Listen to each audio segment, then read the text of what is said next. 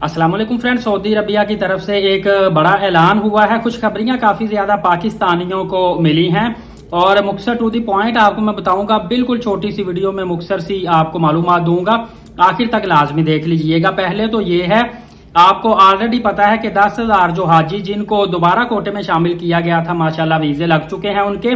और 5 मई को एक बहुत बड़ी जो शख्सियत है वो सऊदी अरबिया की गवर्नमेंट के जो बड़े बड़े रहनुमा उनसे मिलने वाली है।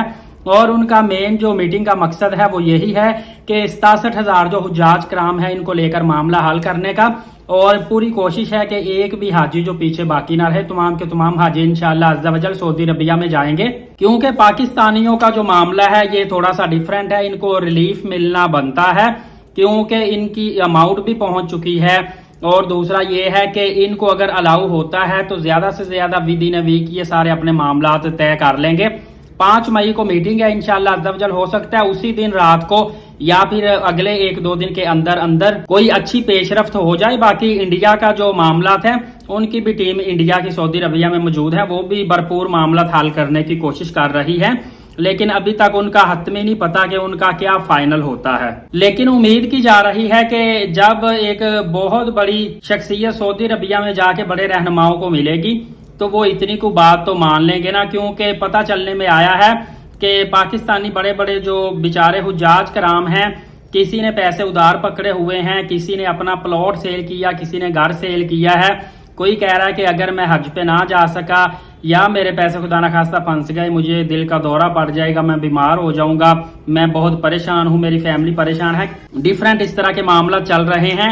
और एक और सीक्रेट मीटिंग भी हुई है जिसमें बताया गया है कि जहां पे पाकिस्तानी हुज्जाज के खेमे लगे हैं उसके पास काफी ज्यादा जगह खाली पड़ी हुई है।